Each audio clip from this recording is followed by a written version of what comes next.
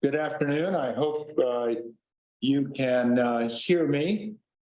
I had a little bit of trouble getting logged on, so my apologies for being a minute to 2 minutes late. Dad would never have appreciated that.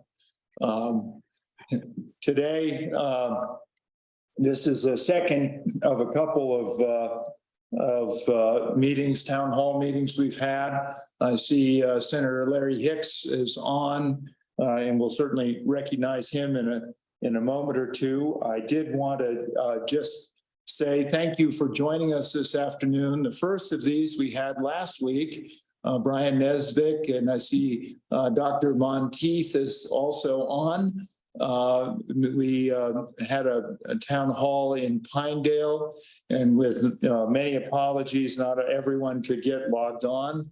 And so we've set this up as a webinar now, and really appreciate you joining. Ivy Castleberry, I'll turn it over to you, and you can kind of go through the mechanics.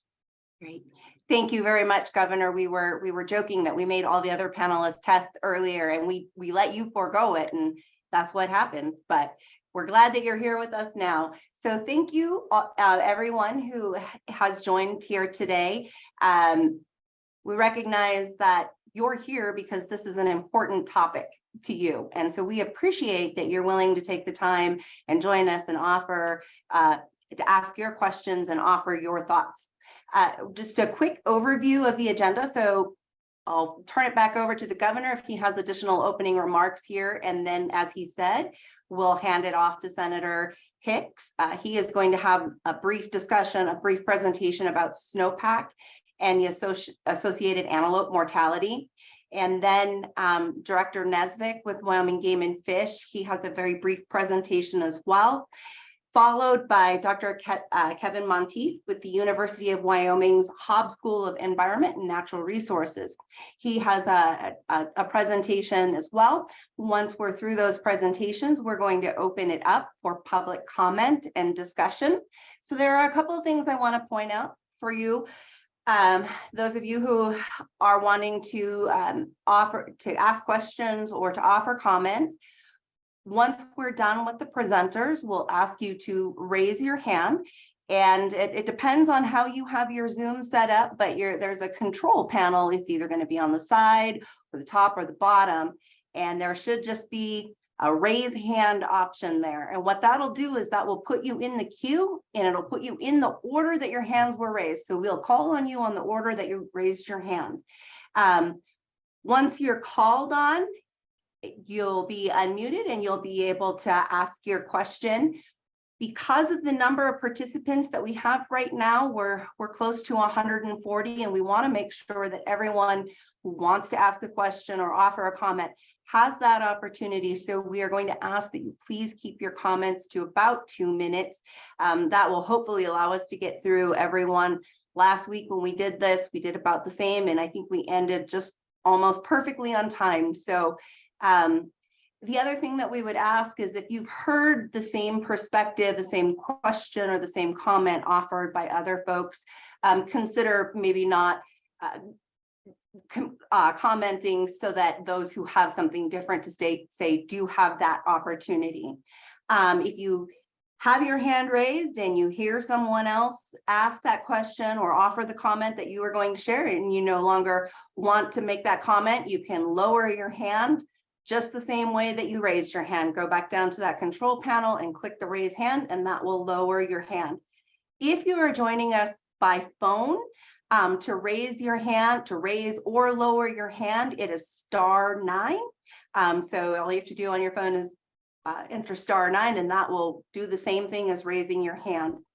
And then we also ask that when we're ready to start the questions and comments section, that if when you are called on, we ask you to please state your name as well as where you are joining us from. So that is all I have at the moment. Mr. Governor, I'll hand it back over to you. Thanks, Ivy, and apologies for not being able to get to Rawlins. And I guess the winter that we're going to talk about here has more to give us. And so rather than having people on the road, we wanted to see if we could do this with Zoom. So again, thank you for joining us. This has been an extraordinary winter, and I don't need to tell you that. It certainly comes at a time when we have seen a couple of milder winters, and there'll be data that'll be presented that sort of indicate a little bit of what we have seen. But as we get further into spring, it is clear that we have had devastating losses of wildlife. That's one of the greatest things about living in Wyoming. And I know of no one in Wyoming who doesn't love our wildlife. And certainly it's been very hard to see what we've been seeing with dead and dying deer, antelope, and others. My interest here is to listen. We took a number of notes from the other day in Pinedale. But I've asked our game and fish biologists to brief you all on what they know and what they've done. And I'm also delighted that this will be an opportunity for Senator Hicks to participate. Last week in Pinedale, he was listening mostly to the droning of a governor, but I had him on the cell phone because he couldn't log in. And so, Senator Hicks, it is a delight to have you on board, and I'll turn it over to you. Yeah, and I appreciate that, Governor, and thank you for hosting another meeting here, across the Green River Basin. I think you've already characterized, we've seen catastrophic mortality with some of our wildlife. And so appreciate your time and your staff and the department facilitating this. It is very important to the constituents here in Carbon and Sweetwater County that you facilitated the ability to hear from them, as well as the folks up in the upper Green River Basin. So we appreciate that. With that, Governor, I've just got a series of slides and stuff and go through some of the data to get kind of frame things up where we started and where we're at today. So with that, I'm going to jump in and do a screen share here. And so I'm going to start out, Governor, with just a background for everybody. This is just a snow-tail sites. This is the amount of snow water equivalent that's accumulated across the state of Wyoming. These are updated on a daily basis at 9 o'clock in the morning. If you can follow my cursor, this is the upper Green River Basin. Is 114%. These are averages across the entire basin, and I'll talk a little bit more about that when we get into more specific data. Upper Bear River, 155%. Lower Green River Basin, 143, and Little Snake River Basin on the west side of the Continental Divide over here in the Baggs area is 157. You can see where the highest snowpack in the state is in this southwest corner. With that, I want to back up and go back in. I'm not very proficient with this screen share thing, so bear with me. How do I do this? I need to get back up. Let's see. Let me do this. All right, I'm back up and running again.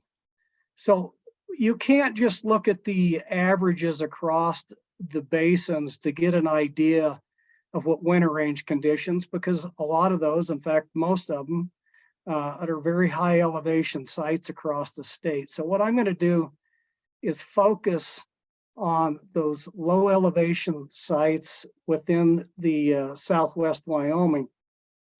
So here we are, here's Pinedale here, some of our lower elevation sites. This is the divide, East Rim Divide between the headwaters of the Hoback.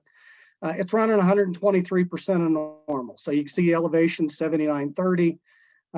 As we move down, what you're going to see is a trend as we move further south. The snowpack starts to significantly increase. When we go over, let's look in the Afton Star Valley. This is just north of Afton, 8,000 feet, 129% of normal. Cottonwood Creek is just south of Afton, 122%.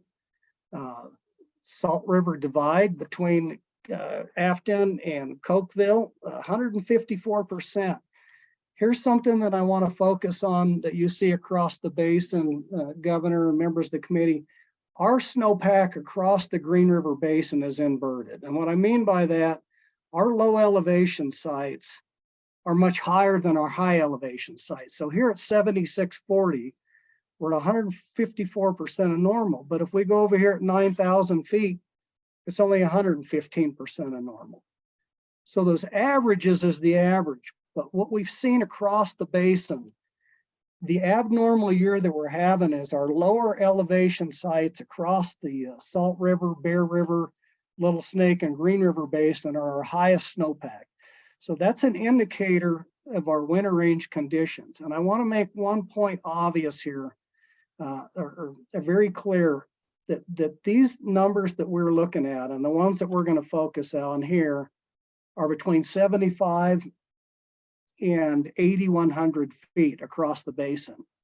The trend is as you go even lower, we don't have any snow-tail sites below 7,500 feet. That snowpack even gets higher when you go to 6,000. All the anecdotal data we have, the actual precip data that we have. So these are the snow-tail sites, but just think as this is a gradient. From the higher you go to the lower you go, the higher that snowpack goes up. And so as we move again through the basin, we get down here. This is the Hams Fork. This is just north of Kimmerer on the south end of the Wind River Basin, 151% of normal. We go down here, Evanston's right here. We get down to Burt Miller's Ranch snow. It's 189% of normal. We move over into the Little Snake River Basin. Right here at Sage Creek Basin, this is 25 miles south of Rawlins approximately. This as of today, these are updated at 9 o'clock every morning, is 210% of normal. And then Battle Mountain, which is the lowest elevation snowtail within the Green River, within the entire Green Bear River Basin, Salt River is running at 180%. So what we need to mine the data even a little further to make a determination of the long-term impact of these type of winters on our winter ranges. So this is a graphic, since I want to go through this. This is the site at Battle Mountain, just east of Baggs here. So the red line is, it depends on the site, 30 to 40 years worth of data. The red line is the lowest snow water equivalent that we've ever had in the last, say, 40 years at this site. So that goes from 0 to 10% tile. The yellow is going to be, and this is percent of 100% of snowpack. So each color represents, so this is going to be 0 to 10%, 10 to 30%, 30 to 70, 70 to 90, 90 to 100% at this time of day as we go through. You look at the green line, which is the median. That's the average over that 30-year period. You look at the black line, that's where we're at today. This is where we're at today, April 4th, is 180% of median snowpack for this time today. The other thing that's important when we look at this data is what was the onset of the winter and what was the duration. So at this site, normally snow would accumulate on this site starting on November 6th. This year, we started accumulating snow on October 22nd. So a couple weeks earlier than normal that we actually had snowpack on the ground accumulating. And that accumulation came early and it came big. We were all ready for this time followed right there at that 80 to 90% of normal. By January 1st, we were up to 100%. This is now at a level that's the highest snowpack recorded on those particular days. A little bit of reprieve, but we're still at 95%. We're out here now at March 18th. We're now in uncharted territory. We're now at a higher level of snowpack than we've ever occurred in the last 30 to 40 years at this particular site, and it's going up. The other thing that as I go through these, I want to point out to you, this data is very important. because this is the median date that it starts to melt off on our winter ranges at this elevation.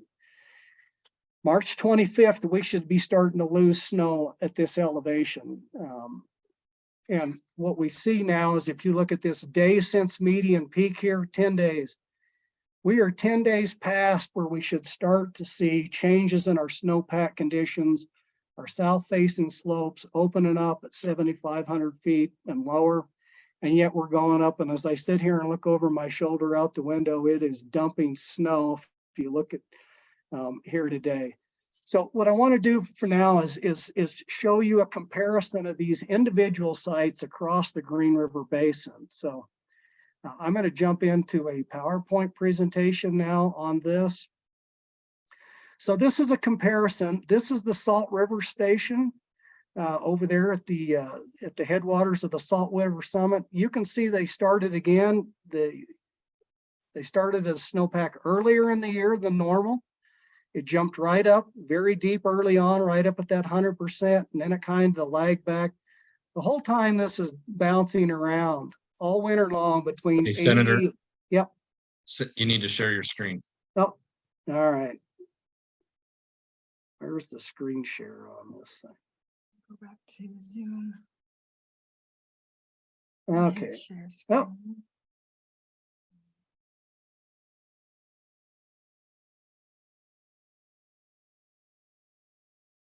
Okay, here we go. Can you see that?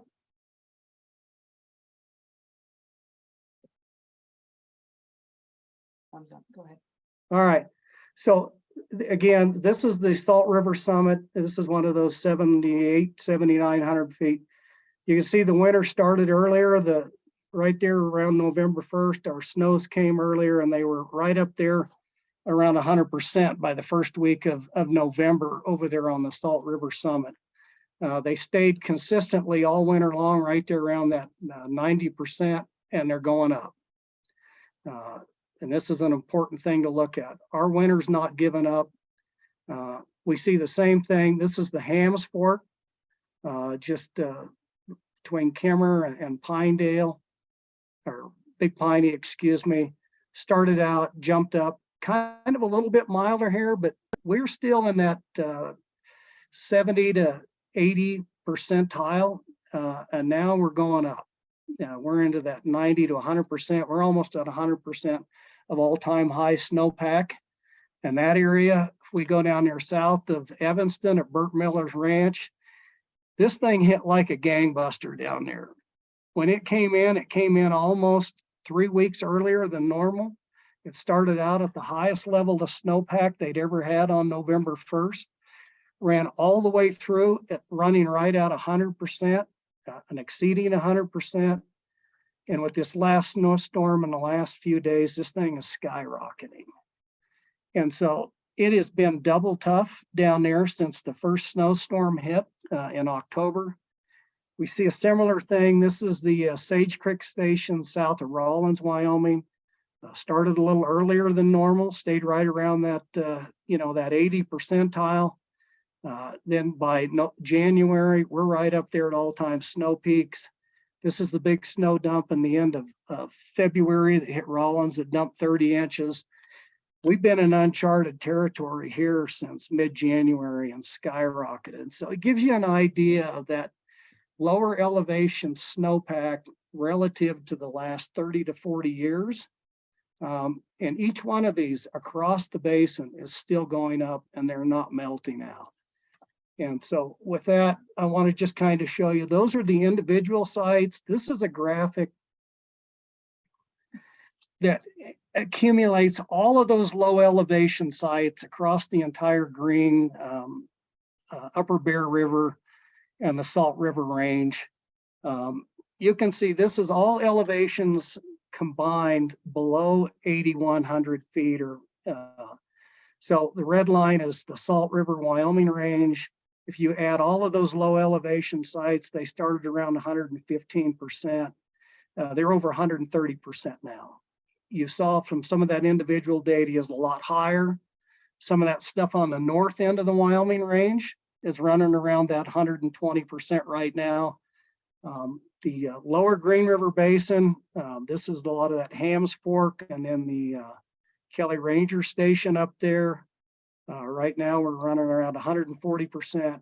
Bear River started out like we saw from that previous graphic, started out like a gangbuster, started out 170%, dropped off, and then kind of right back up there at 170% of normal. Little Snake, if you add all three of those low elevation sites, was around 150, and now we're at 197%. So that gives you some of the site comparisons, overall winter range conditions. And I want to reiterate again, these are between that 75 and 8,000 feet elevation. We know that once you drop down to those 6,000 feet crucial winter ranges, these numbers are higher than what this demonstrated at these particular elevations. So with that, I kind of want to transition here and talk about the impact of the resource, particularly in this part of Wyoming over here. Governor and members of the audience, this is biological data collected by the Boone and Crockett Club. And this is a representation of all the Boone and Crockett antelope. And the reason I show this is not for trophy potential so much as it shows where Wyoming stands within the world when it comes to antelope. And so these are all record book antelope that have ever been entered in the Boone and Crockett. And you can see Wyoming is the best. This is, it's a population thing, but it's a habitat thing. We're the best of the best. And the reason I want to show this is to talk about the impact of this catastrophic winter on this world-class resource that we have here in Wyoming. So if that gives you an idea where we stand, Wyoming, New Mexico, Arizona, Nevada, Montana, Colorado, Texas, Oregon, Utah, South Dakota. You get an idea. This is the world-class resource that we're dealing here. Within the state of Wyoming, if we look at the distribution of that same biological data collected by Boone and Crockett on trophy pronghorn, you can see Carbon County by far accounts for 30% of the entire statewide total of record book antelope. If you add in Sweetwater County, the next one, that's over 60% of all the record book antelope that have ever been entered in the state of Wyoming come out of those two counties. And these are the two counties, and not to say that we're not having above normal winter in Natrona and Fremont and across the state. We're getting hammered, and we're getting hammered on a world-class resource. So just one more slide. This is graph data for Carbon and Sweetwater County for the last 32 years. This takes it back to the individual years. And the reason that I wanted to put this up there is it shows you the impact of these kinds of bad winters. So if you look at this right here, 92, the winter of 92 and the spring of 93 was a killer. And you see these numbers just dive off from a bad winter. And then they struggle along over a period of time, and to the point where we start to get back to recovery. It took almost 7 to 8 years till we got back to somewhere in this neighborhood. We had a number of mild winters. Our populations were at, in some places, a little above objective. And we saw the biological potential of these antelope herds in Carbon and Sweetwater County just skyrocket. And then we come in 07 and 08, and this part of Carbon and Sweetwater County was another bad winter. So the winter of 2007, and it just crashed again. We still had fairly robust populations, and they rebounded quickly. And then another bad winter in 10 and 11, and they really crashed. Took another 5 or 6 years to build these herds back up. 18 was just a terrible drought year, followed by above normal spring conditions. And 19, we suffered pretty severe winter kill that year. 1920 was another bad year. In 32 years, we're setting in an all-time low of older age class males within these antelope herds. And so with that, I just wanted to share that data with you. This is a world-class resource that we're dealing with here in Carbon and Sweetwater County. And so I'm going to jump out of here, and I'm going to show a quick 1.5 minute clip to you to show the impact of what's going on associated with this catastrophic winter, and then I'll turn it over to the next speaker. So let me jump out of here. How do I do this share screen here? Now you go back to- Zoom.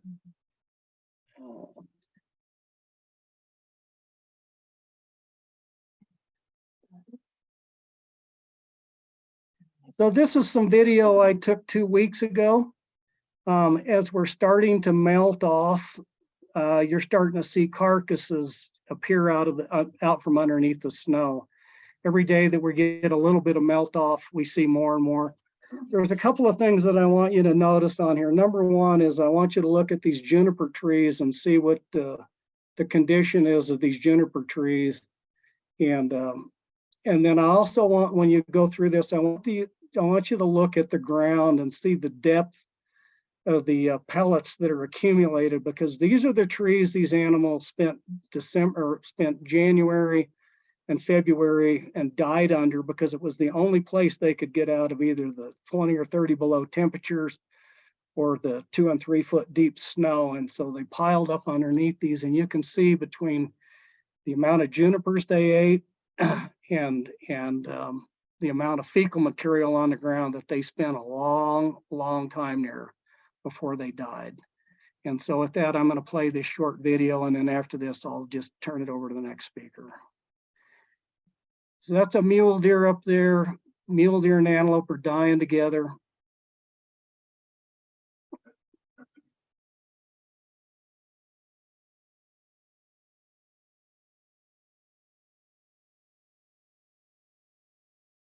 In this entire distance, I walked probably about 100 yards, but look at the fecal material underneath these trees.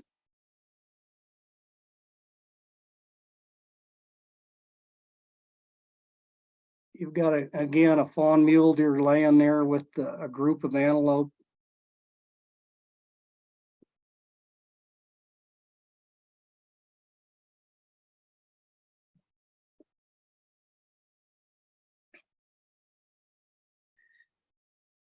When you walk through these, across these winter ranges, the fawn class is almost entirely gone. Almost all the fawns are gone, but you see it hitting every age class. There's so many carcasses out there. You can see out of all of these, only those 2 antelope have been scavenged at all.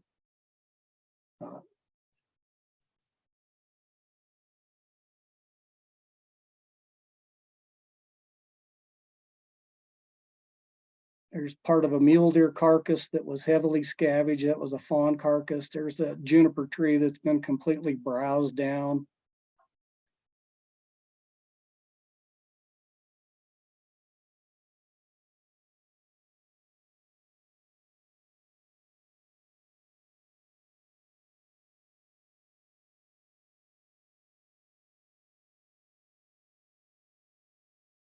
So Governor, that's all I have. It just shows the impact of, we've had bad winters in the past. This is not a bad winter. This is a catastrophic winter. And it shows up on the winter range. So with that, I thank you for the opportunity and appreciate the ability to show some of the data and some of the conditions in this part of the Green River Basin. Thank you. Thank you, Senator Hicks, for sharing that information. And we are going to open up for questions and answer after Dr. Monteith, but I do see, I think it's Commissioner Espy, John Espy. I'm wondering, do you have a question specific for Senator Hicks?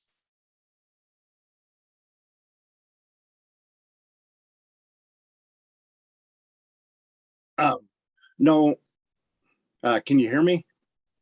We can, yes. Okay. Not really specific for Senator Hicks, but I would back up almost everything he has to say. In Bridger Pass, where our ranch is, we haven't seen that snow depth or the longevity of the snow since 84. It's never seen anything like this, and kind of I guess I'm gonna get on my soapbox a little bit, but when elk start falling over, we know we're in bad shape. And I would implore the commission to actually close all the areas in this region for both pronghorn and mule deer. It's just sad to see, but after a drastic winter like this, I think we need to take some drastic measures on that side, and I'll yield my time back. Thank Sorry, you, Mr. Commissioner. Thank you, Commissioner Espy. With that, we'll go ahead and turn it over to Director Nesbitt. Thank you, Ivy. Thank you, Governor. Thank you, Senator Hicks, for your presentation there. I'm just going to briefly talk about an overview of what these effects have had on wildlife and some of the data that we have. I'll be talking primarily about the areas that Senator Hicks just described. I do have here some of our regional wildlife managers that are going to be available if we've got some real area specific questions. I've got Jason Hunter from our Lander office, Sean Yancey from the Green River office, and then Matt Withroder from our Laramie office.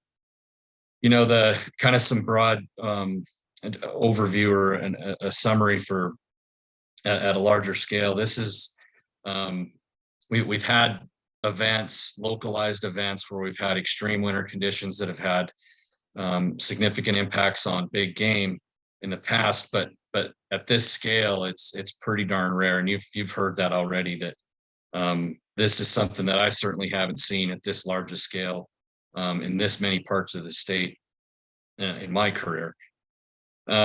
The other thing that I think I'm not going to elaborate any more at all on Snowpack, because Senator Hicks did an exceptional job of talking about that, but he touched a little bit on, but one of the things that that has really contributed here, and it also influences Snowpack, is it's just been colder than normal.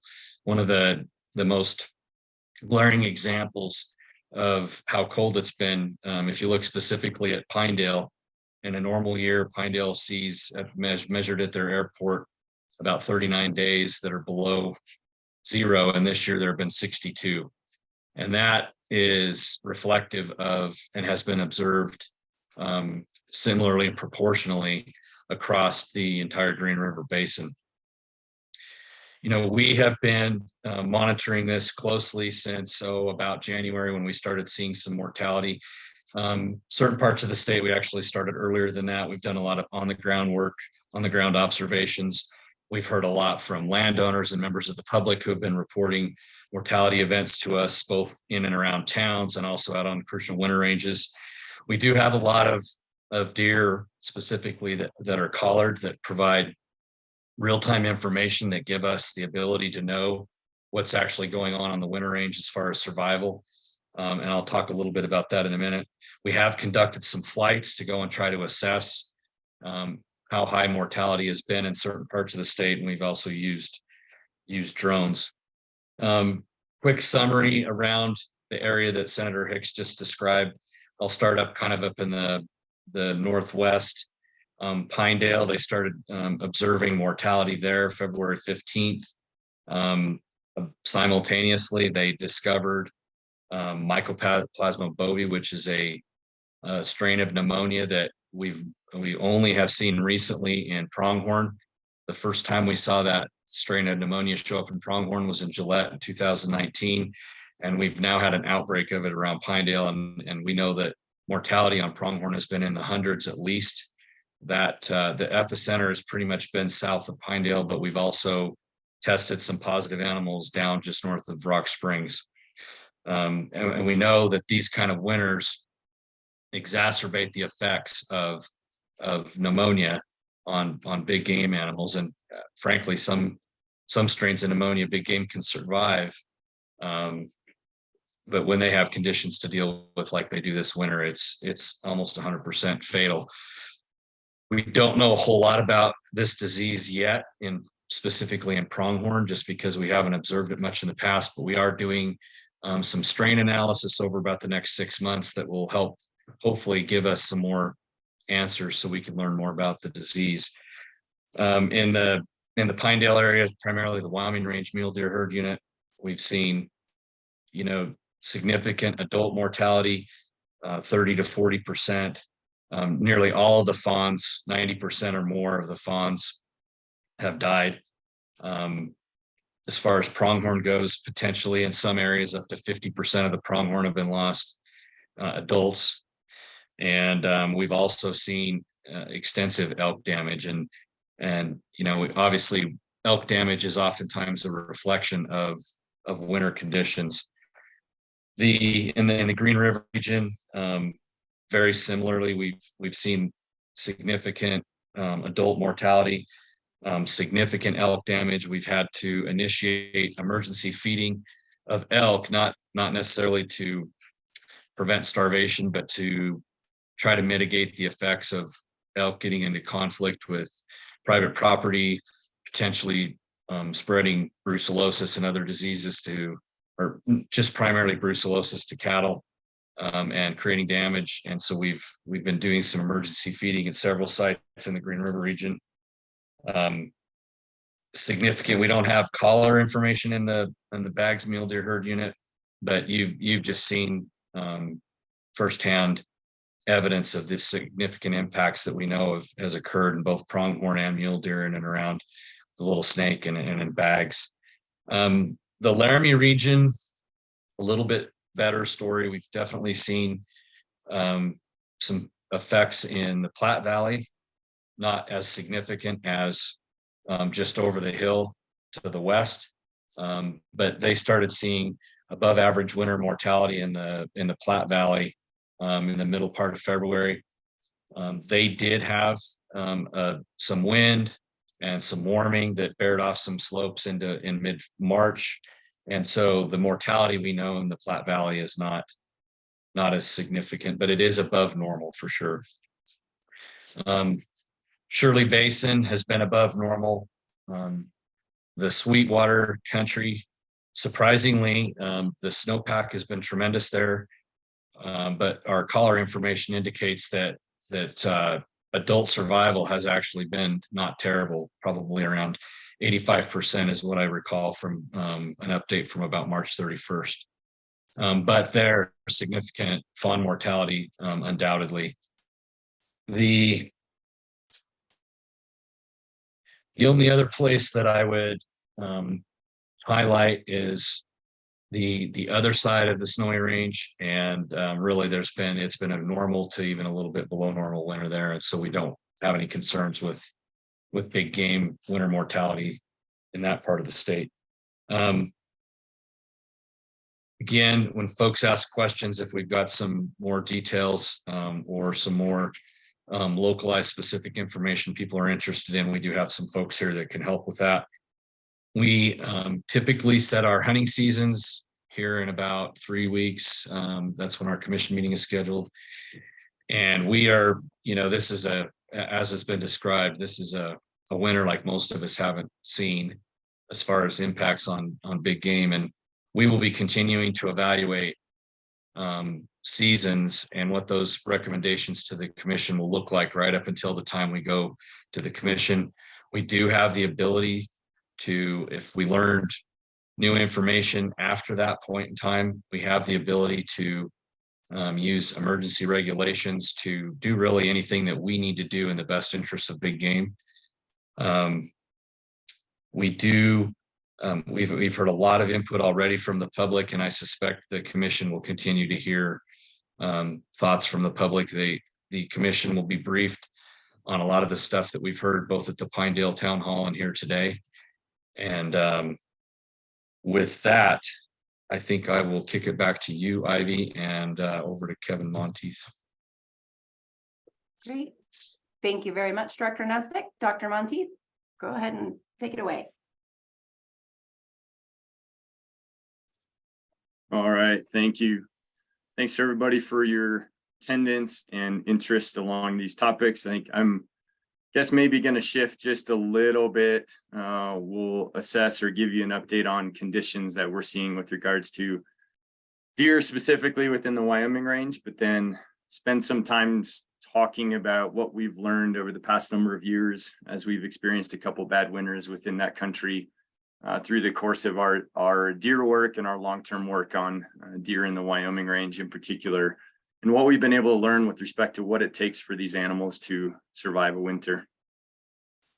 Of course, everybody's familiar with this country. We're specifically focusing on the Wyoming range deer population, which there's largely two wintering segments, those that are around Big Piney LaBarge area, and then the more expansive winter range, the southern winter range between Kemmerer, Cokeville, and Evanston. And of course, these animals migrate variable distances in summer in the Wyoming and Salt River range, a very well-known, world-renowned mule deer population, and historically has been referenced as the largest mule deer population in the world.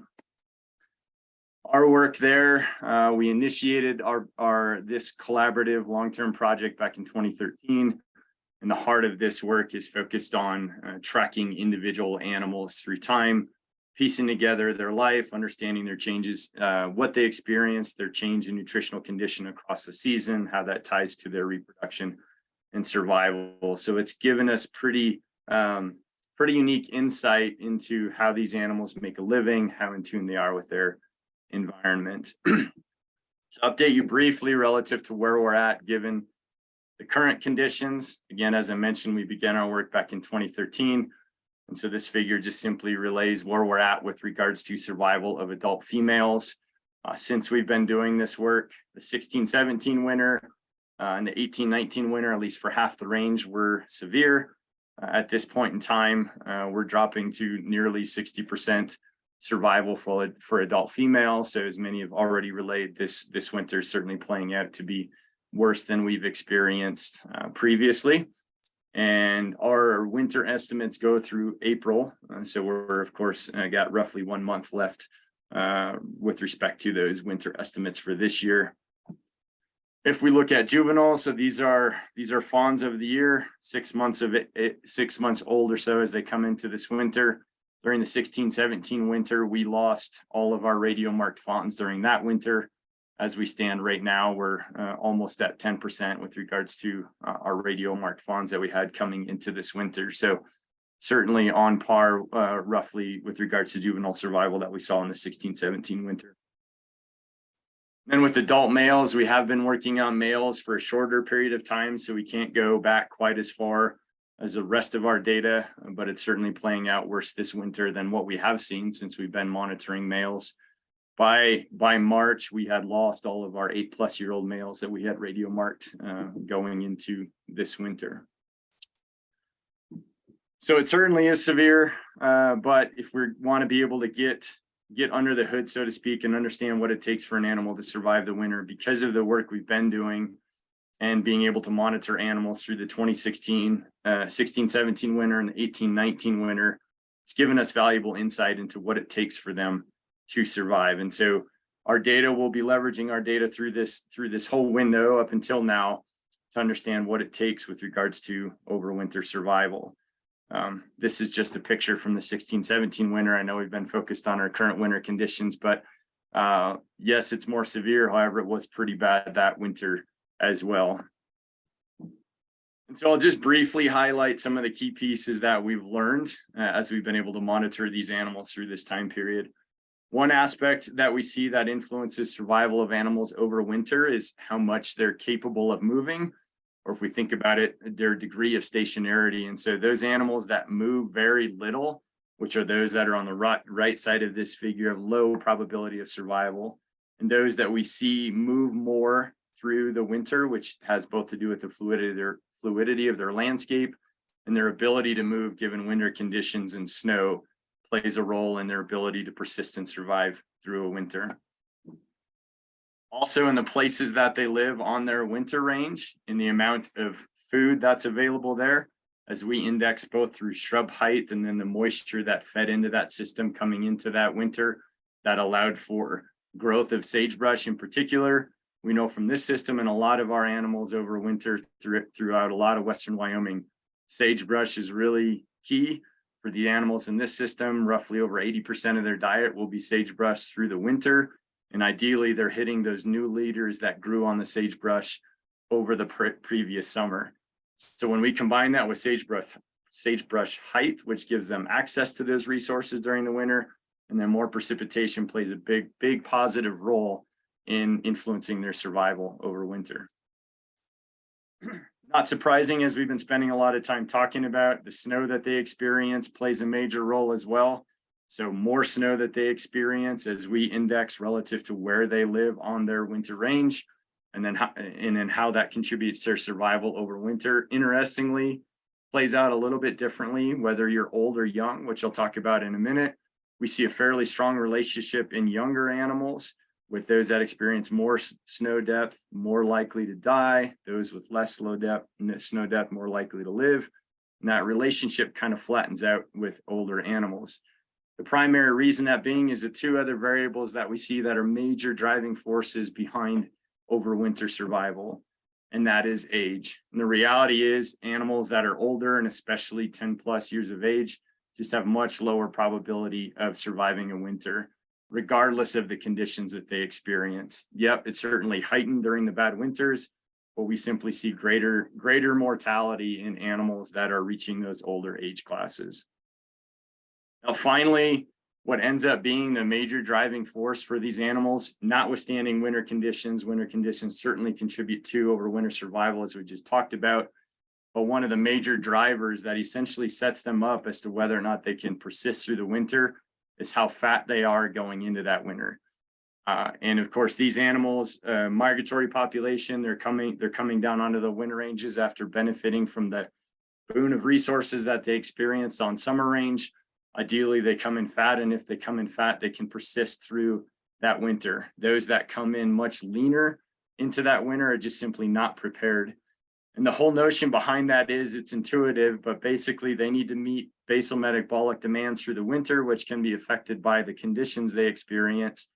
But it's functionally groceries on their back, and they can survive many days by having a lot of fat on their back. It's functionally food that they've brought back with them from their summer range. So brief summary relative to those key pieces: what keeps animals alive through the winter? More and better shrubs, less snow, obviously, things that reflect their ability to move more and access more of those resources. Prime age animals are more likely to live. We tend to see the young, as in the juveniles, die, and the older animals die. And then fat. And thinking about fat, those resources that those animals brought back with them from summer, what we ideally want to be able to see is we'd love to see those animals in that upper end of the fat range that's setting them up to survive through the winter. So what does it take to get that? So through our work, the other key pieces that we've learned is that what makes for a fat animal or a lean animal during the summer, and the key factors that contribute to it, how old they are. So of course, older animals, was just as part of those dynamics with respect to age. Older animals, as they age, are just simply consistently leaner as they get out to those older age classes. Animals that were reproductively successful, of course, lactation and rearing young doesn't come for free. It comes at a cost. And so these animals are constantly balancing their ability to allocate resources to their young versus securing resources and more fat to secure their own survival. But then when it comes to the environment they live in, there's two primary factors that feed into affect how much fat they gain over the summer. One is the habitat they experience, so how good the food is, and certainly how moisture contributes to that. But the other side of that sort of counters that is how many animals are on the landscape that are taking advantage of those resources. There's a push and pull in either direction, and the more animals that we have on that landscape, the more competition there is for that limited high quality food, and that feeds into playing a role in how much fat they gain over the summer. And I think, although we could go into it analytically, I think the power of some of the data we've been able to collect within this system simply speaks to it and speaks volumes with regards to that notion. So remember, I mentioned the 16-17 winter being a bad winter, and these data reflect the body fat of our animals that we've measured each season. So after winter, which is what we see in March, before winter, what we see in December. We've been able to monitor this over time, and as you see, we see declining fat in these animals as we progress towards the 16-17 winter. In fact, when we hit the 16-17 winter, we were relatively low with regards to the fat content of these animals, roughly around 8%. What you note is after the 16-17 winter, which is a combination of the moisture across that landscape and the reduction in deer density, so the reduction in mouths across that landscape, we've seen fatter and more robust animals than we've seen since that period of time. And so in fact, if we fast forward to where we were December, so going into the winter we're experiencing right now, those animals were at about 12% body fat versus the 8% body fat that we saw in 16-17. Way fatter going into this winter. And again, part of that is contributions associated with fewer mouths on the landscape, as well as moisture conditions that have contributed to where that population is right now. So the silver lining in this relative to the 16-17 winter is it's been really good for this population with regards to the animals that remain, though it's hard to accept through some of that process. But also the other reality is, if you can imagine where we'd be sitting right now, if these animals came into this winter at 8% body fat like we were in 16-17, it seems really bad now, and we'll be able to look at it and project it back once we finish out this winter.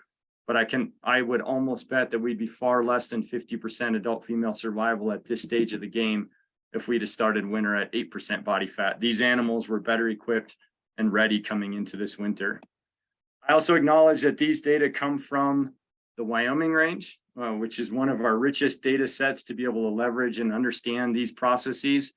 With the work that we've done, both with pronghorn and even in deer in a high desert system south of Rock Springs, the reality is the relationships with regards to what animals need to survive a winter, both with regards to moving, access to food, and the condition they are going into that season plays a big role. Yes, it's different. As a general rule, animals in the Wyoming range, given that system, are able to get fatter and often need more fat given their winter. So oftentimes the more arid system animals maybe don't have quite the level of fat accumulation that occurs, but the same processes play out with regards to as we move from one system to the next. There's just nuances within each one of them. And so I think it's important to think about not only what we're experiencing, but maybe the reasons why and what it takes for these animals to persist and survive through these winters. Thank you. Thank you, Dr. Monteith, for that very informative presentation. So with that, we're going to go ahead and open up the public comment portion of this. As I mentioned at the beginning, you can raise your hand. There's a little icon in your control panel, and that will put you in order that you raise your hand. So then we'll be able to call on you in order that way. Commissioner Espy, I know you had kind of started us off. Do you have more that you would like to add to your earlier comments? Well, just a little bit, and I guess this is Rancher Espy speaking, Mr. Governor and Senator Hicks. Well, we've kind of talked in our neighborhood, some of the quota that's being issued is going to be down to essentially landowners. And that's why I kind of would implore that maybe we shut some of these areas down. Because if we as landowners take those licenses, we already have kind of a PR image with some of the sportsmen in the region. And I think it'd just make it even harder to go, well, John Espy can go hunt, but I can't hunt because Game Fish didn't issue enough licenses. And that's, I guess, the getting to the whole thing, why I would like to see the areas in my neighborhood shut down. I think of abundance of caution, and it's a political hot potato for the landowners of what we do. And then if we get non-resident or residents from other parts of the state that come and we deny them access, that even makes it a harder issue for us to have to do. So I'm kind of wanting to put some of that back onto the Game and Fish to help us manage the wildlife in this region. You go back to Senator Hicks' graphs and see what happened after those tough winters. We're not even sure what happened here, but if every, I think, animal that we could possibly help and make it through to another season is probably going to be very advantageous to us, not only from a wildlife standpoint, but from a political standpoint. And I'll let some other people comment. Thank you very much for holding this webinar. I do appreciate the governor and the director for reaching out following our normal procedures. So thank you very much again. Thank you, Rancher Espy, Commissioner Espy. With the panelists, I know I had asked them earlier if they could turn off their videos so that we could reduce some of the lag in the presentation that Dr. Monteith was having, but I'm going to go ahead and ask them to turn their cameras back on now. And I believe maybe Senator Hicks, did you want to respond to Commissioner Espy? No, I just had one question for Dr. Monteith, and I know you've done a little bit of work with fat accumulation on antelope, but do you see similar patterns? Or I know an earlier conversation, you were saying they were a little bit different than mule deer as far as fat accumulations. And so could you just characterize what you know today about the way pronghorn metabolism works? Yeah, happy to. Appreciate the question. So there's a lot to be learned with pronghorn yet, is a reality in that regard. So little has been done, like we've done, for example, with regards to deer that I just presented on. Best we know with the bits and pieces that are there and some of the work that I've done, pronghorn just tend, and as many hunters would attest to, they tend to just not accumulate a lot of fat. Doesn't mean they don't accumulate any. And as we've seen, as we cross from pronghorn to deer to bighorn sheep to moose, those dynamics are all a little bit different relative to the levels that we see, and they're context dependent depending upon the system. But what that means for pronghorn, best we know to date, and as I noted, yes, we see those condition dependent relationships. So again, like, it doesn't mean that their condition doesn't matter. It absolutely matters.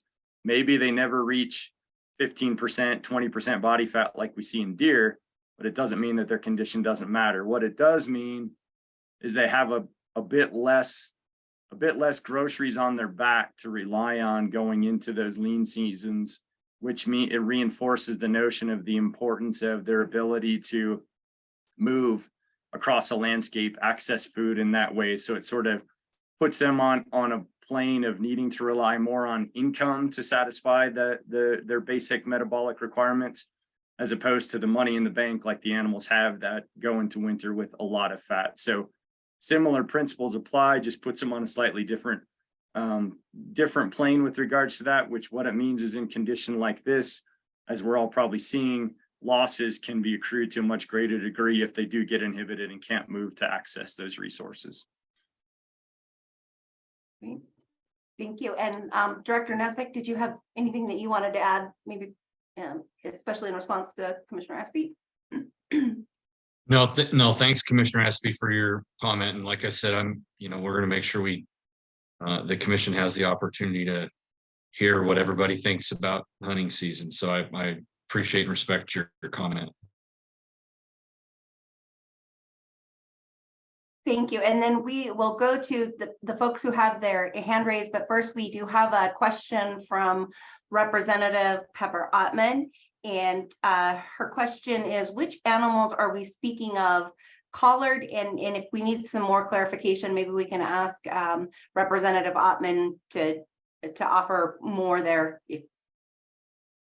But I'll let the panelists decide who would like to respond to that.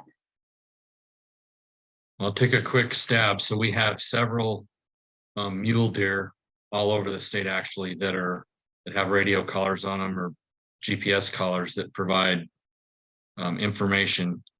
I don't know if that answers your question or not. We have herds, but basically North Bighorns, the Shoshone, the Wyoming Range, the Laramie Range, and Sweetwater are all places that are focal herds for the department, and we've got multiple radio collars. I think we've got over 1,000 radio collars on mule deer around the state. Great, thank you. So the next person that we have in the queue is R. Wynn. So we'll go ahead and unmute, and if you could please state your name and where you are joining us from, please. Can you hear me? Yes, we can. Okay. My name is Robert Wynn. I'm from Lander. Very familiar with the country that Mr. Hicks is representing down there around Bags. I had a couple of big points. Right now, the current regulation shows Region W tags in that area only dropping 13% for non-resident quota. I think that's one area where we have huge potential to really reduce the quota and make a pretty big impact on the deer. The antelope, the deer down there are just getting destroyed. Another thing is I think this whole situation highlights the importance of range and range quality. And I can tell you in 20 some years down around the Bags area, the range quality has deteriorated significantly between the pressures of energy development, the wild horses. One of the things I really don't think we do very good about is holding the BLM to account on horses. The Powder Rim, Town, for example, HMA, the Powder Rim horse fence that's supposed to be in existence up there has been non-existent for years. It's created a system of wild horse intermingling basically from the Sandwash Basin all the way through the Wyoming-Colorado border and up there. And horses are significant impacts on that range and the quality of range. And as the horses have expanded south into the Powder Rim area, the number of deer there have decreased and all that. So I really want to highlight that, like, as a hunter, as someone that watches the range, our range and our plants are so vital, and we need to be focusing so much more on that. When you looked at the pictures that Hicks shared from there, you notice that there was basically nothing else in those trees. There was nothing there for them to eat, even at the bare ground level. There was some cheatgrass, but nothing there. And so that would be a huge area of which we can take some major strides in. The other thing I'm going to point out here is as a Lander resident, I don't have the most popular opinion up here, but the one-shot hunt and the 80 tags that are allocated for a special group to use, it's a real slap in the face to public land hunters during this time, because we're looking at not being able to hunt. We're looking at already low draw odds. And then when we look at like the one-shot hunt and the past shooters clubs and the fact that like a former governor of Colorado has more tags than I can expect to draw in 20 years as a resident, it's time for that to end and that to change. We need to shift that back to public allocations. And I hope that I'm heard on that one. And again, in the Lander region, I agree with the same thing. Not enough cuts.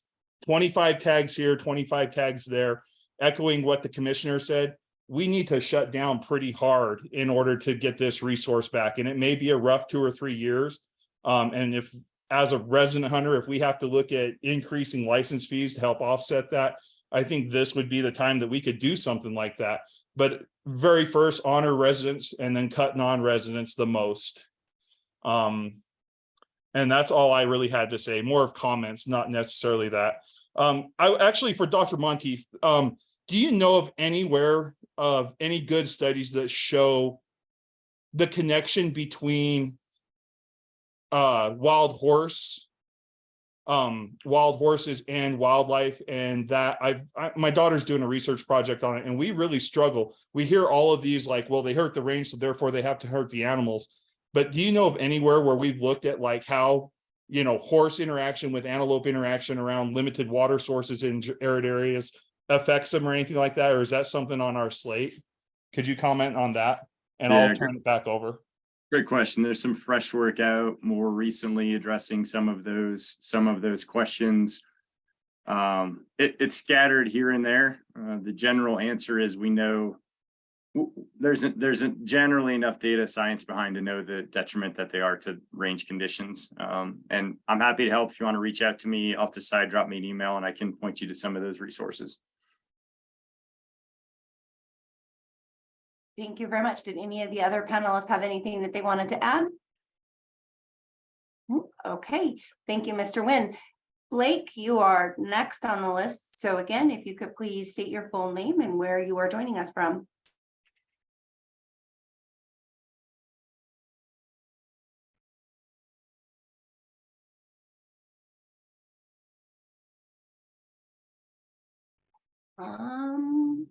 Do we have you, Blake?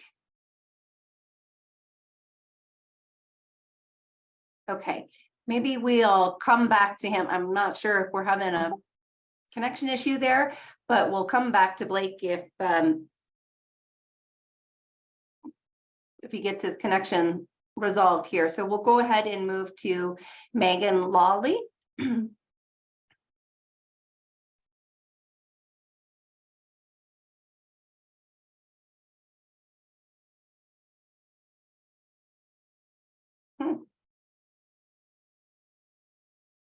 Maybe it's a technical issue on our end.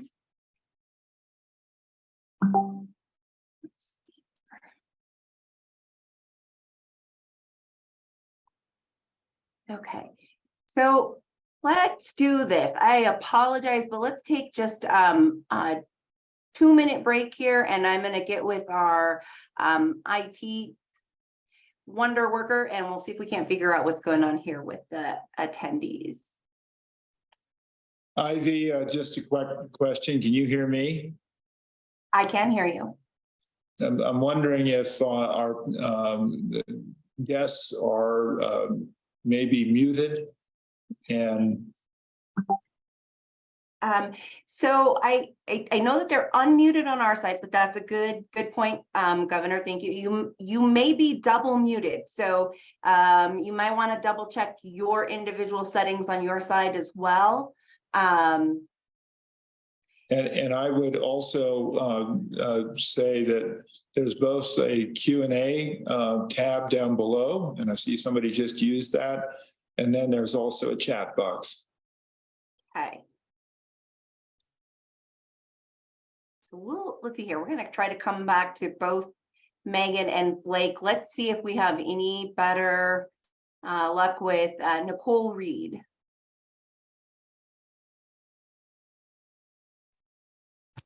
Okay, perfect. Can you hear me? We can hear you, yes. Okay, great. Governor Gordon and Director Nesbitt, thank you for hosting this. My name is Nicole Reed. I am the Mule Deer Foundation habitat biologist. I'm actually stationed out of Saratoga as a partner biologist with the Forest Service here.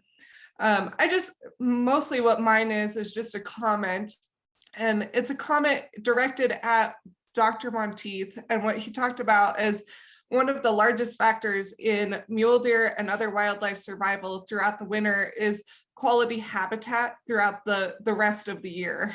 And I really just wanted to make a note that the Mule Deer Foundation is focused on working to improve habitat for wildlife throughout habitat improvement with private landowners, federal agencies, and state agencies. We are working on several projects across the state, including shrub enhancement in the Platte Valley, wildfire restoration in the Mullen Fire and the Badger Fire burn scars through shrub planting, and aspen enhancement across southern Wyoming. We are also working on or focused on removing or modifying barriers that make things more difficult for wildlife when trying to reach the quality habitat that they need for their survival.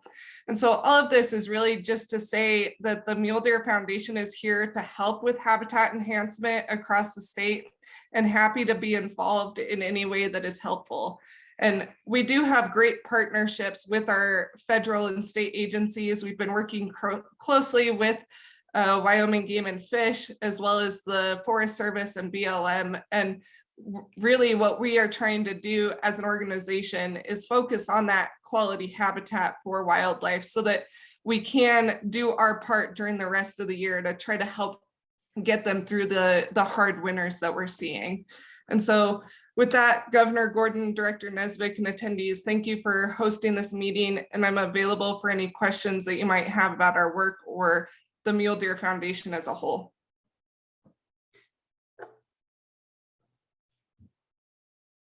Thank you for all your work and for the foundation's work, Nicole. We sure appreciate it.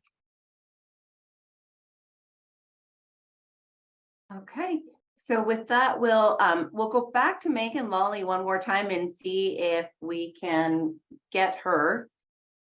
Megan, do you want to try again?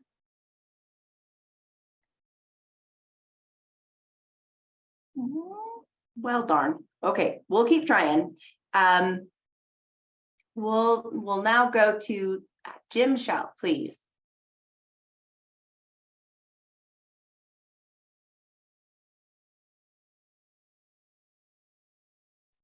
Hear me? Yes, we can. Thank you. Okay.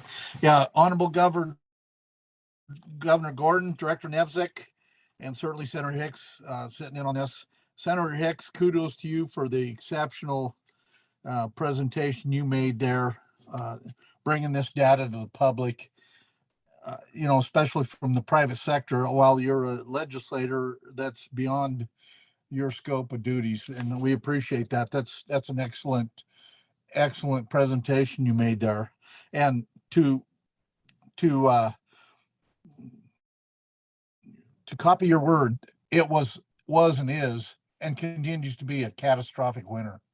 You know, and Commissioner Espy, kudos to you. You are really thinking outside the box and looking to the future as far as not wanting to have to create a hotbed of bad feelings there with resident hunters and landowners and whatnot. Bottom line, you know, I feel like Dr. Monteith's presentation, while it was excellent, I feel like it was a presentation to try to cover the game and fish's ass on why these deer and antelope and elk are dying across the country. And they don't need to have their ass covered. This isn't the game and fish's fault. This is the winter from the worst winter we've seen in all these years. It is catastrophic. And while the presentation that Dr. Monteith gave, we are already on the same page. We all know what the requirements for their health and well-being is, and we know why they're dying. Now we got to get down to what we're going to do about how to manage what we've got left for the future.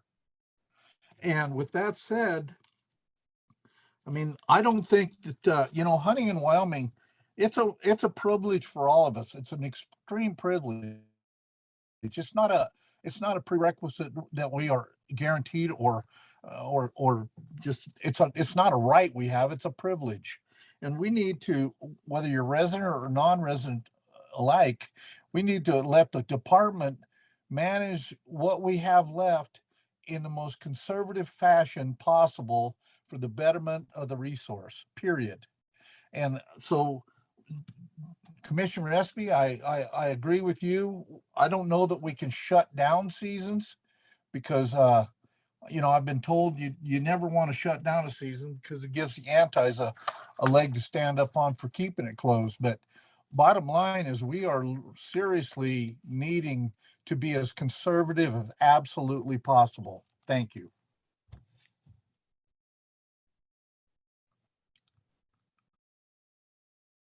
Thank you, Mr. Show. All right, and so we'll move to Niels Hansen. And again, I just want to remind folks, please try to keep your comments to just a couple of minutes, so we make sure that we can get through everyone here in the next 15 minutes. So we'll be cutting off public comment at 5:30. Our Zoom meeting will end shortly after that. So try to keep your comments to 2 minutes or less, please. Mr. Hansen.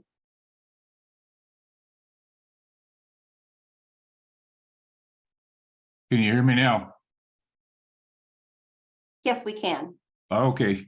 I want to thank the governor and director, Senator Hicks, for being here, putting this on for us. We all recognize the problem, and those of us that have been through these bad winters, some of us reaching back into the early 70s, we've seen severe die-offs before, not like we're seeing it now, but we've seen it before. This one is compounded because we had so many dry years ahead of it to where our ranges weren't in proper condition, even though adjustments were made from the livestock industry. What I would like is to ask the director, when as we move through this, it's going to take many years to get back, especially the deer and the antelope.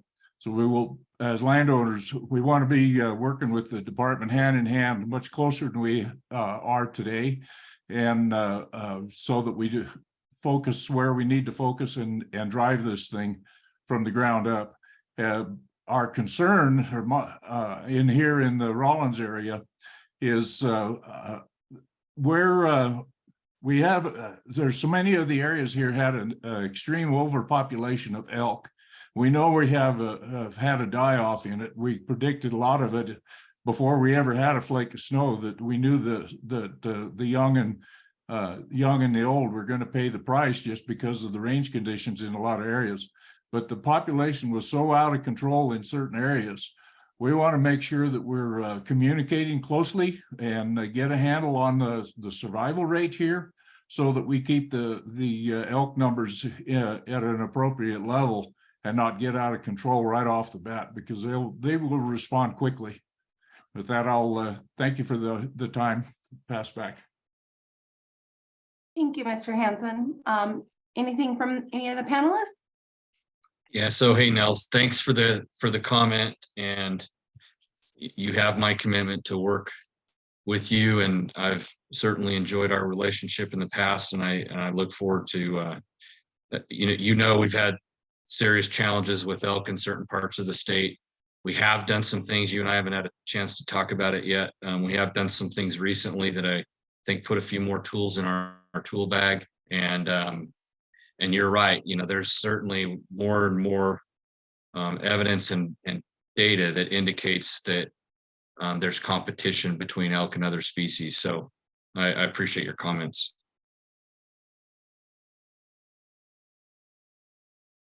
Anyone else? Okay, so Megan Lawley, who we were trying to get audio with here earlier, she went ahead and typed her question into the Q&A box. So I'm going to go ahead and read that for the panelists here. I'm Megan Lawley from the Little Snake River Valley. I live at the base of Battle Mountain. It is 26 degrees and snowing right now. I would plead with you to limit deer and antelope in this area. If you do allow hunting, please make it limited quota for residents as well as non-residents. Right now, the proposal is a general season for residents, which will bring in several hundred to 1,000 hunters into area 82 and 100.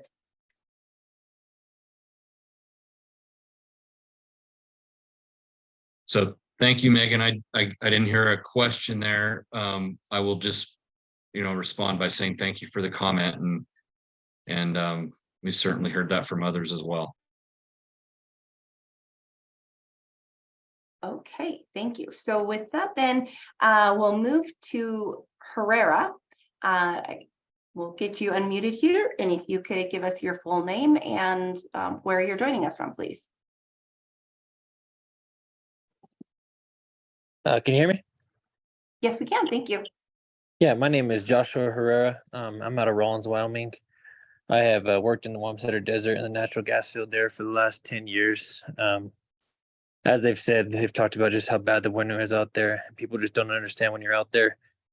When we're making these decisions on how many tags we're going to give and how many we're not, we have no idea how many animals are truly dead right now because it ain't even close to being melted out there.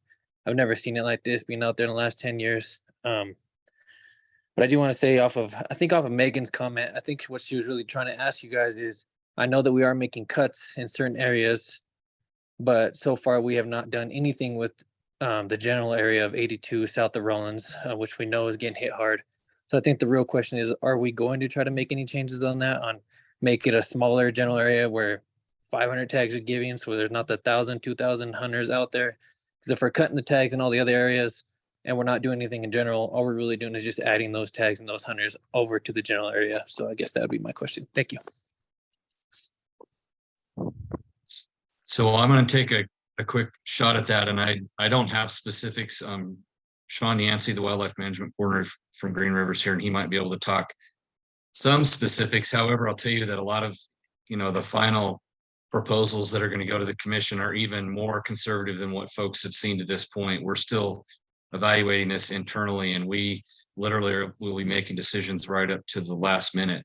The one thing I think that's important for folks to note here is, the way that this herd will rebound is from a lot of the things that Dr. Monteith talked about, as far as having good quality habitats, being able to move around, and being able to have a normal winter. Hunting buck deer or buck antelope isn't going to, whether we do a lot of that or a little of that, isn't going to affect the speed at which these critters rebound. Does are the productive segment. They're the segment that has fawns, and you can have a very low proportion of bucks in a population and still have just as many fawns. They just like other ungulates, one male will breed multiple females. And so I understand folks want to have bucks around. And so I totally understand being conservative with buck harvest, but that's not going to have anywhere near the effect on the long-term population as what quality habitat and all those other factors that in fact impact the female segment of the population are going to have. And I'll stop quickly and ask Sean if you've got anything to add specifically on bags. Yeah, I can add a couple things. Bags, no doubt, is a pretty popular place to hunt, and quite a few folks like to recreate down there. When we assessed seasons there this year, obviously originally we didn't know the full effects of winter, but we did get a little bit more conservative with the general season structure. We're constantly assessing that as winter progresses, but we went from a 12-day general season down to a 10-day general season. We felt it was fairly conservative, being that it started on a Sunday, that season does, and it only includes one weekend day. So we felt that it's still a conservative season as proposed, but obviously we're still assessing as winter progresses. All right, thank you. So I'm actually going to move. We have a couple of questions in the question and answer box over here that are very similar. So I'm just going to go ahead and paraphrase these together. Basically, and Director Nesbitt, this is probably going to be for you, taking into consideration the significant snow that is on the ground still, as well as more that is likely to come. The question is really pertains to shed antler hunting and whether or not there might be changes specifically to that too. Yeah, very similarly to hunting season, we have the ability to do it requires the president, the commission, and the governor.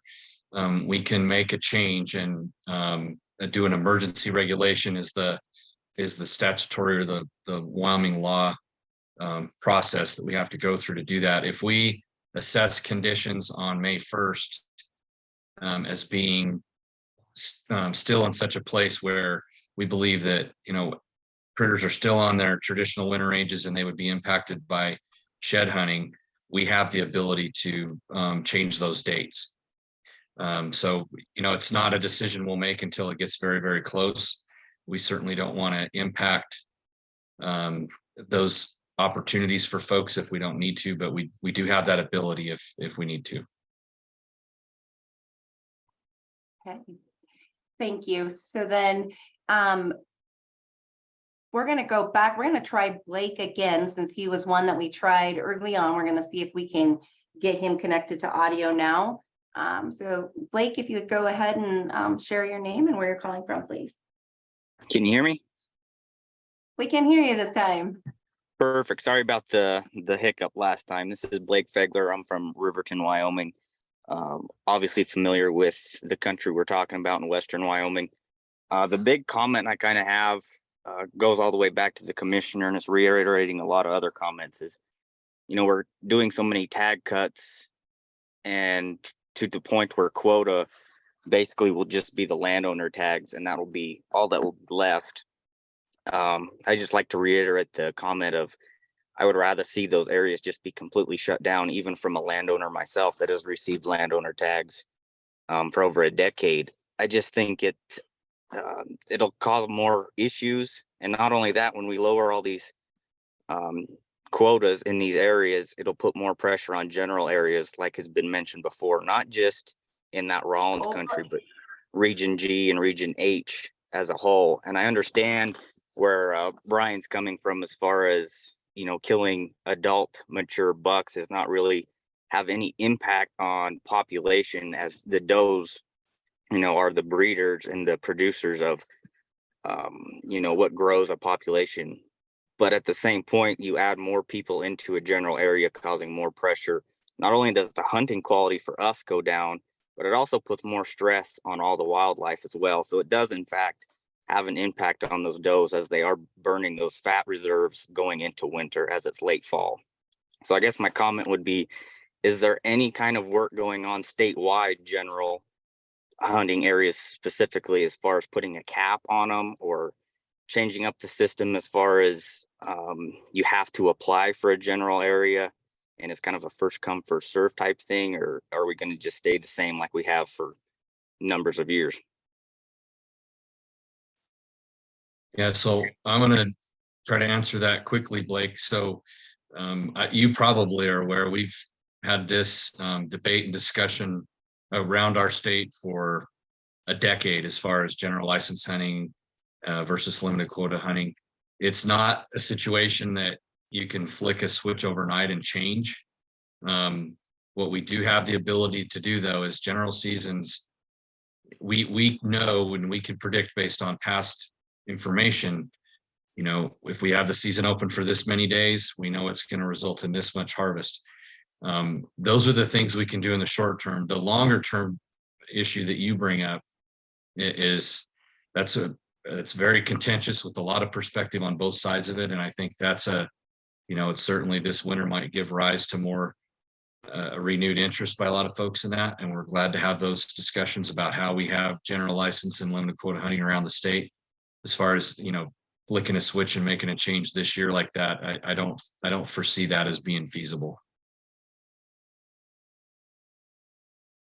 Okay, thank you. And so we're gonna take, I have two people who have their hands raised, so those will be the last that we're gonna take from the attendees. And then there's one question in the question and answer box. I'll end with that one, but we'll turn it over to William Burton, please. Can you hear me? Yes, we can. Thank you. All right. William's only when I'm in trouble. My name's Billy. I'm an owner and manager of a ranch dead center in the state called Split Rock Ranch. We run across several 100,000 acres, and we've got another ranch towards Lander. It's a little bit smaller. I have been firsthand and front row seats to this winter. And I can tell you right now, watching snowfall almost gives me PTSD at this point because it's still falling right now. But it has been an incredible winter as far as just, almost a daily occurrence of death. It started off with antelope, mule deer. Now we're seeing a lot of elk dying. I've even seen wild horses die. It's not a once in a 20. It's not a once in a 40. This is a once in a lifetime. I hope it's the last one we ever see like this. And a lot of credit to Senator Hicks on his earlier presentation. That was fantastic. And I'm glad he brought to the point that our lower elevations have a really extreme amount of snow right now that isn't represented by the snow-tell sites. And that's also something that we're really worried about going into the future with flooding and everything else, but that's a whole different story.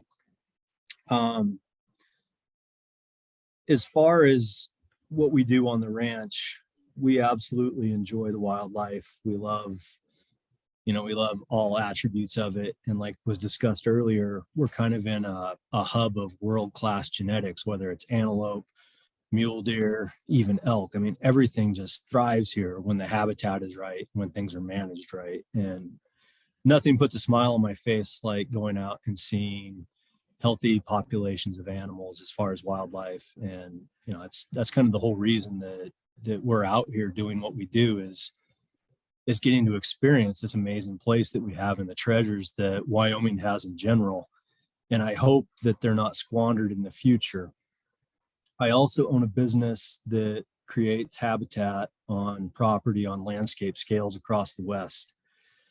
And I just wanted to touch on the fact that I have seen a lot of different states in their management fall into these paradigms where it's, dollars over animals and back and forth. And from what I've seen, it usually never ends well for the animals.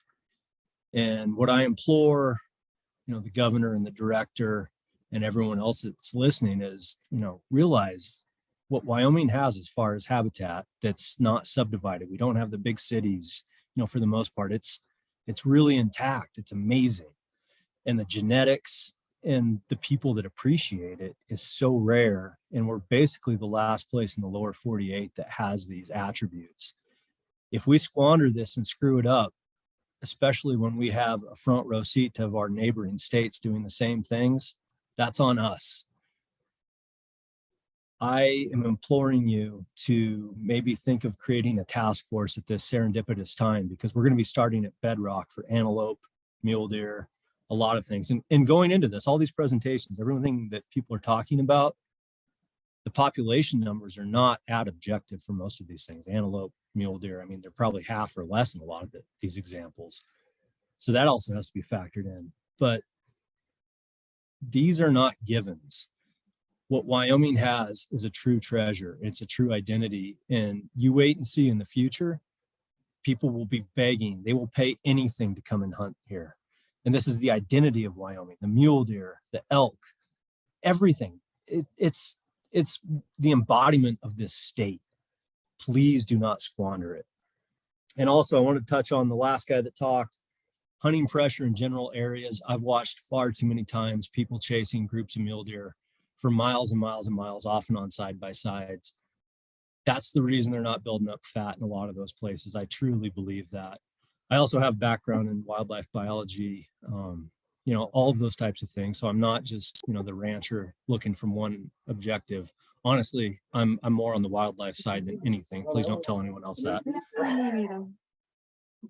But you know, it's the added stress on our animals. General seasons, those need to go away. You need to manage like you do antelope.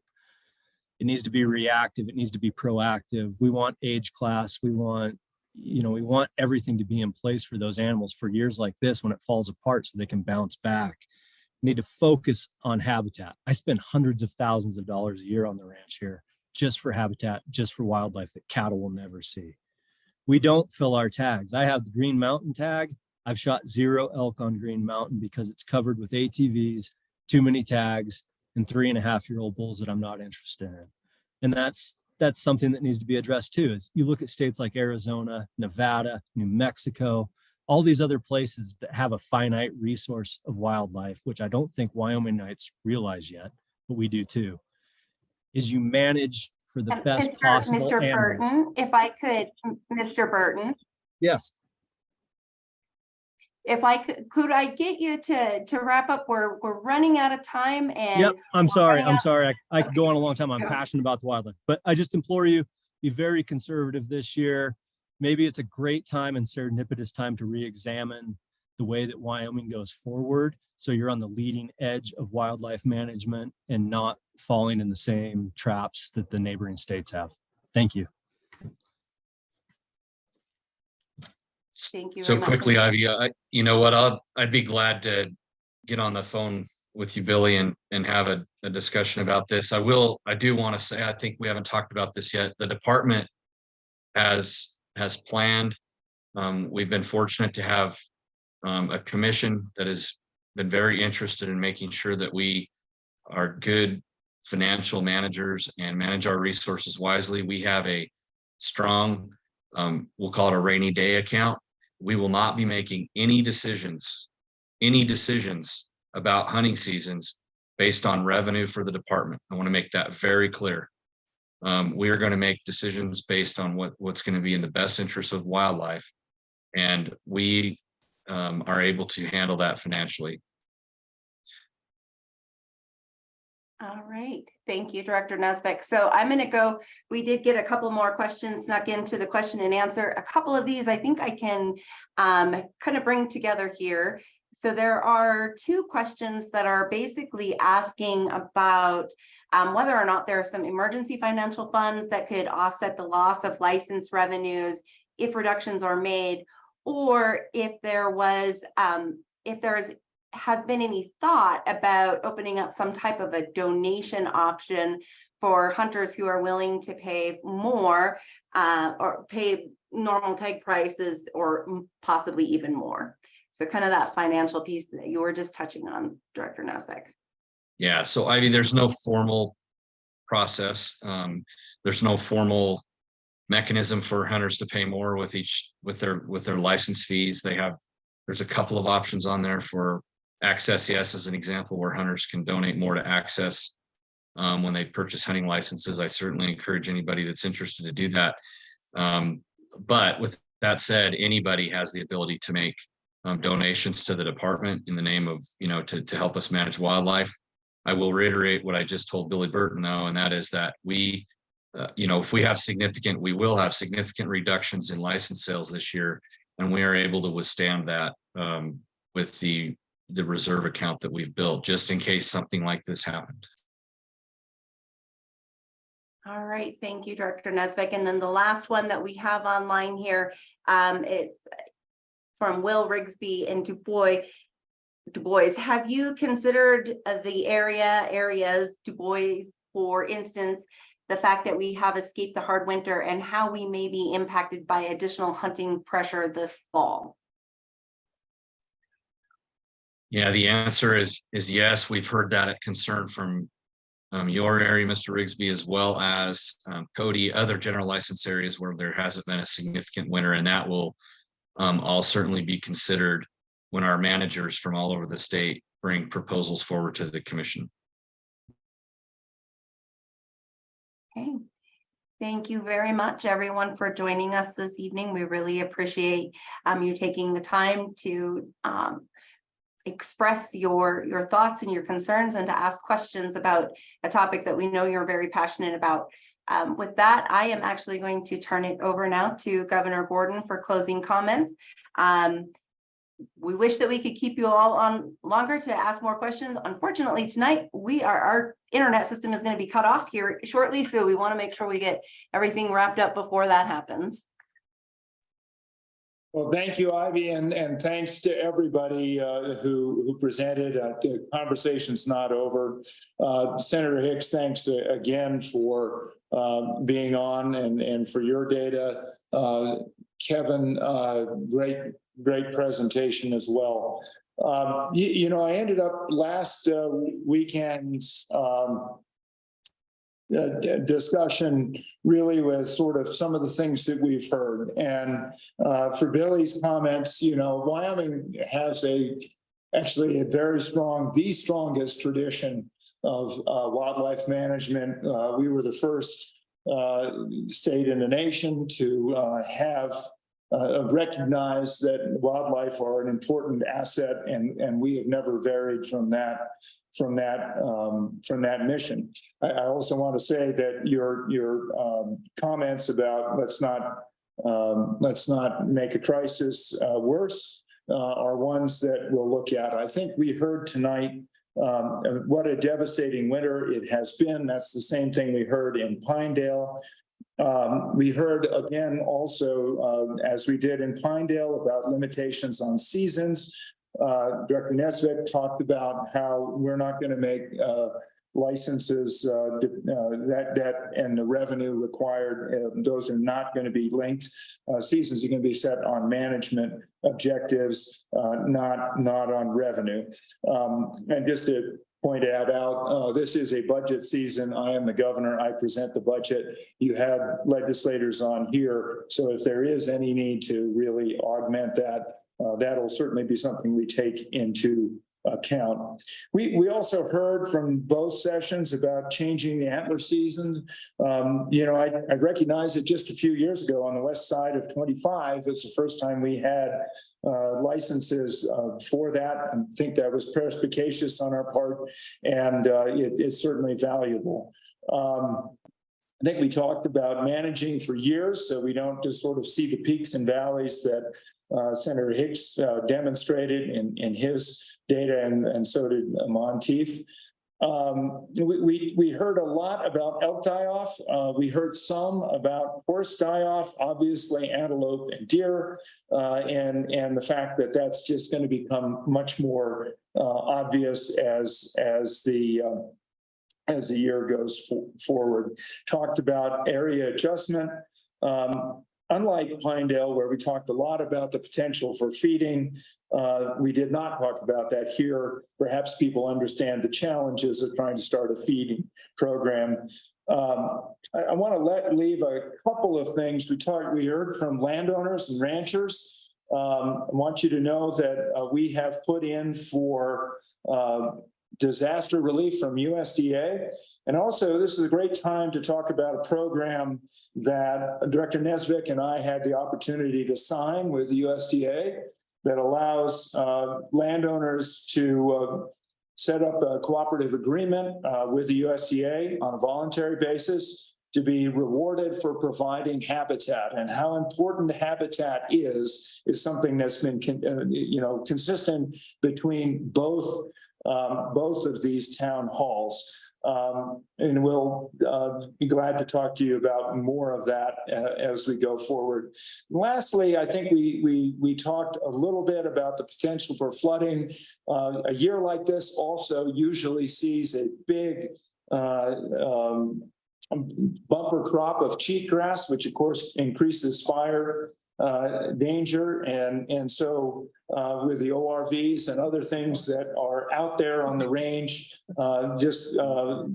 again, let's be careful and do what we can. We also talked in Pinedale, just to cover a couple things we didn't.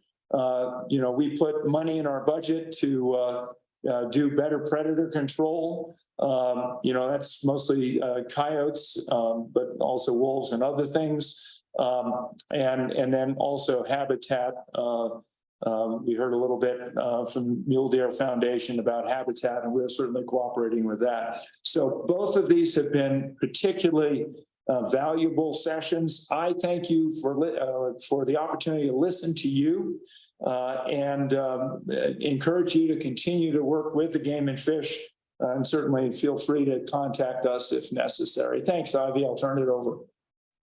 Thank you very much, Governor. And I do need to apologize to Senator Hicks. I was paying close attention to the hands raised on the attendee list, and I missed that he, as a panelist, had his hand raised. So Senator Hicks, please go ahead. Thank you, Ivy. Governor, I just wanted to thank you. I know how busy your schedule is. This was a very short turnaround. I had requested you and Director Nesbitt to consider something here in Carbon County. And within 2 days, you guys pulled this together. And again, I just really thank the work of the department, you, Governor, for listening. I just want to leave you with one thought. We've experienced catastrophic winter mortality. Under those circumstances, it demands and requires extraordinary action. This isn't just a normal bad winter. And I just think we need to take that into consideration, but more than anything else, Governor, thank you. Thank you, Senator Hicks. So this recording will be made available tomorrow. It will be posted on the governor's YouTube channel. So you'll be able to come back and re-listen to it or share it. If you have further questions for the governor's office, Randall Luthi is the governor's senior policy advisor for natural resources. He is unfortunately not able to join us tonight, but I know he will do complete due diligence in following up with any questions that you may still have. So with that, we thank you for joining us and have a good night. Be safe out there. Thank you.